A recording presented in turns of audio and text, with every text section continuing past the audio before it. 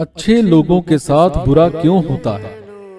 ऐसा इसीलिए क्योंकि इन अच्छे लोगों ने अपने पूर्व जन्मों में कुछ बुरा किया होता है, जिसका फल ये अब भुगत रहे हैं। जो अच्छे काम ये लोग अब कर रहे हैं, इसका अच्छा फल वो भविष्य में प्राप्त करेंगे, क्योंकि हरेक कर्म का फल जरूर होता है। और निस्संदेह सामान्यतः लोग अच्छे और बुरे कर्म दोनों करते हैं, इसीलिए उनके जीवन में अच्छे बुरे फल एक साथ आते रहते हैं। इसी प्रकार हम समझ सकते हैं कि बुरे लोगों के साथ अच्छा क्यों होता है। और अनाज भंडार करके रखने वाली बुखारी के उदाहरण से हम इसे समझ सकते हैं।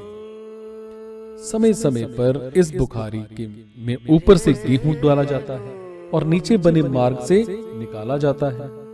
मान लें एक साल गेहूं की फसल बहुत खराब हुई और दूसरे साल बहुत अच्छी रही, फिर भी किसान दूसरे साल बुखारी में ऊपर से अच्छे गेहूं डालेगा, परंतु जब तक बुखारी में पिछले साल के नीचे पड़े पुराने गेहूं समाप्त नहीं हो जाते, तब तक उसे बुरे गेहूं ही खाने पड़ेंगे।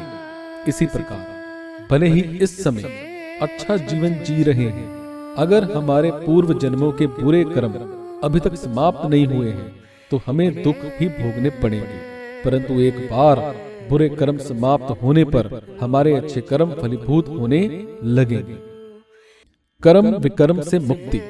हमने देखा कि किस प्रकार अच्छे कर्म पुण्य या फिर बुरे कर्म पाप, ये दोनों इस भौतिक संसार में बंधन के कारण हैं। सिर्फ भगवान श्री कृष्ण की शरण लेकर और उनकी भक्ति करके ही हम कर्म के नियमों के कष्टदायक बंधन से फिर से मुक्त हो सकते हैं। और इस प्रकार हम मृत्यु के बाद श्री भगवान के धाम लौटकर शाश्वत आनंदमय जीवन प्राप्त करते हैं।